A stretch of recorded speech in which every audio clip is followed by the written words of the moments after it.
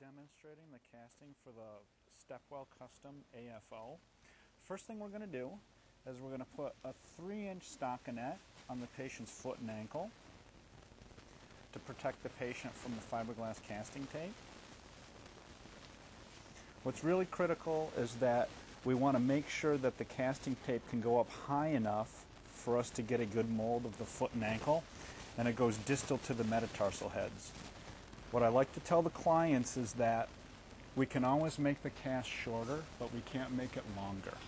So more information is better than not enough information. The next thing we're going to do, if you can keep your foot in this position for me for about the next 30 seconds, I'm going to take this finger splint and we're going to put it on the dorsal aspect of the foot and ankle. This is going to protect the patient's foot from the cast saw. We like to use this because we know exactly how thick it is, so when we're actually producing the device, we can accommodate during the cast manipulation to get rid of this extra, the extra material from the cast. Yes.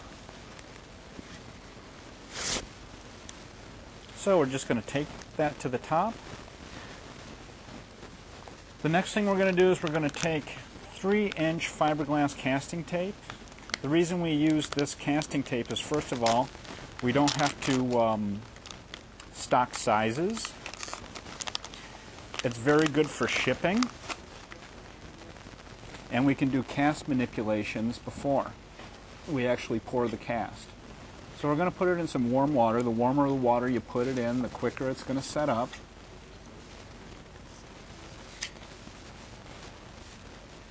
Squeeze the water out, and then we're going to start again distal to the metatarsal heads, right at the bottom. We don't put this on really tight like a tourniquet. The purpose is just to get the anatomical contours. It's not to squeeze any fluid out of the foot.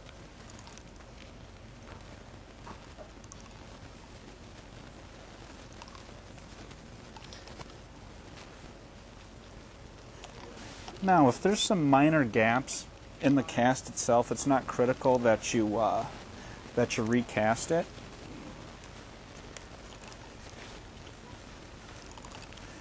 And depending on the size of the foot, you also don't have to use the entire roll of casting tape. So what we're going to do is we're going to smooth this on, and then we're going to make sure you can relax your foot and ankle now. I got it, don't worry. What we want to do is make sure that the foot is 90 degrees relative to the lower leg. That's the first thing. The second thing is I'm going to check the inversion and eversion and put that heel vertically to the tibia and the fibula. So we're getting as much correction as possible in the cast itself. For every degree of plantar flexion or dorsiflexion or varus or valgus that we need to correct for, it actually moves the anatomy about up to 1 millimeter. So if you have a cast that comes in at about a, let's say 20 degrees plantar flex, if you expect us to put that back into a neutral position, it's literally going to change where the malleoli are by about 2 centimeters. So the more correction we get in the casting itself before we actually manipulate the cast, the better the device is going to be for the patient. And then once this firms up, we're just going to cut it off.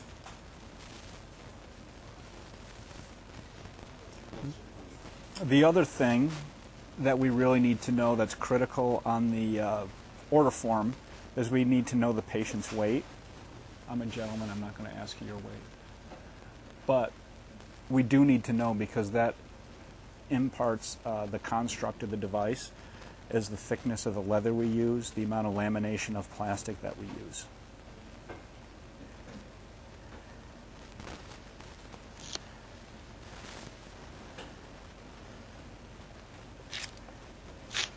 It's almost firm enough for us to cut this off.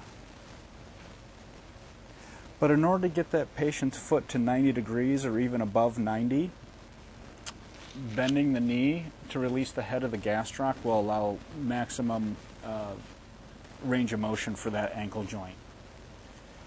Above 90. Dorsiflex? Sometimes you do want to put a patient in a dorsiflex position How much? based on, it depends on the range of motion and the clinical diagnosis, but there's certain patients that have a shortening of the Achilles tendon that do have that full range of motion, and I do tend to overcorrect. And there's some patients, you're asking the great question, that may be putting more stress on that lateral column, so I actually cast them in a more pronated position as well. So that's the Dorsiflex. exactly. You start to see what the brace can do once you've had it on those patients. Okay, just relax. Just makes a lot of noise.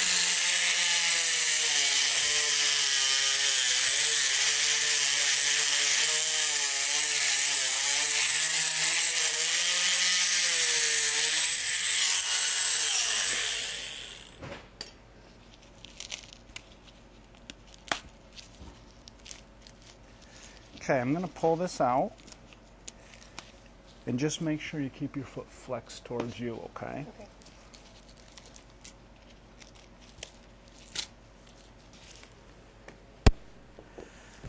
So we remove the finger splint, and then we very carefully cut the stockinette.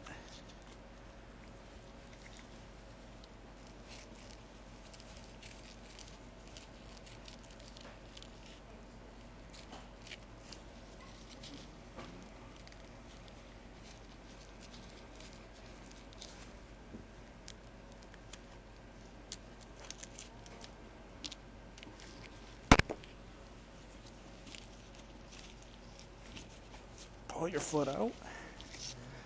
And what we've got, 90 degrees, and the heel is vertical with the lower leg. And we can see the anatomical contours. What I tell practitioners is do not get caught up on how this tape looks like on the outside. It doesn't have to be perfect. What matters is what's on the inside. So if there's little flaps like this, it's okay. If there's a little gap here, it's okay. We'll take care of that at the laboratory. But what I care about is this angle and the varus valgus of the rear foot. And that's a perfect cast.